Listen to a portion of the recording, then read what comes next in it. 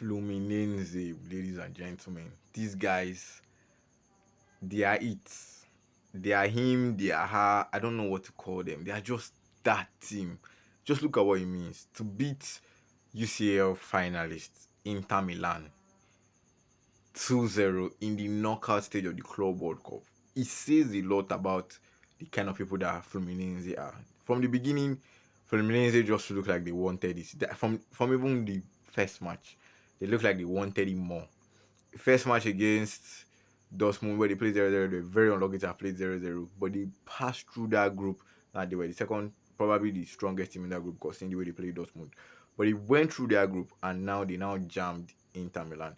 I don't even think that anybody in their minds had a feeling that Inter Milan would have won this match.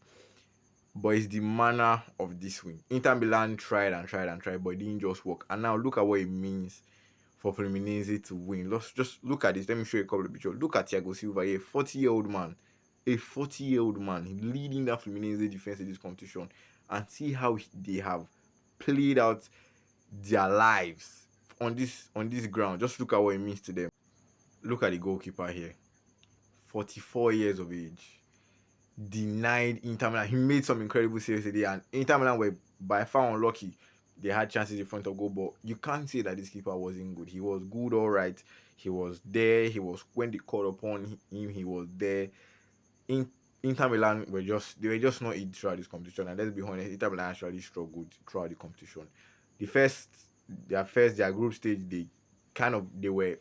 I think they scored around 5 goals in the group stage. They had to always kind of come from behind, score them in the 70th minute plus. That's what the commentator was saying.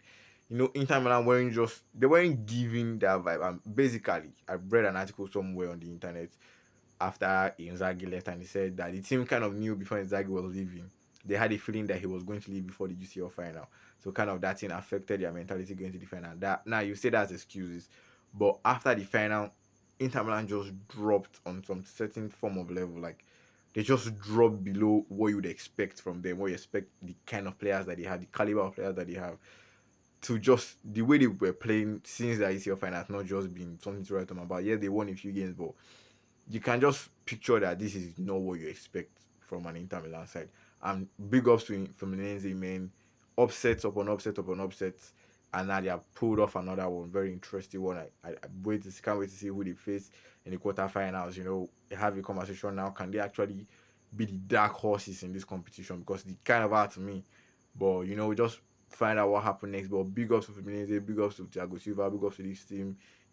Let's go. This is what we're talking about. This is what football is all about, and it's glad to see results like this.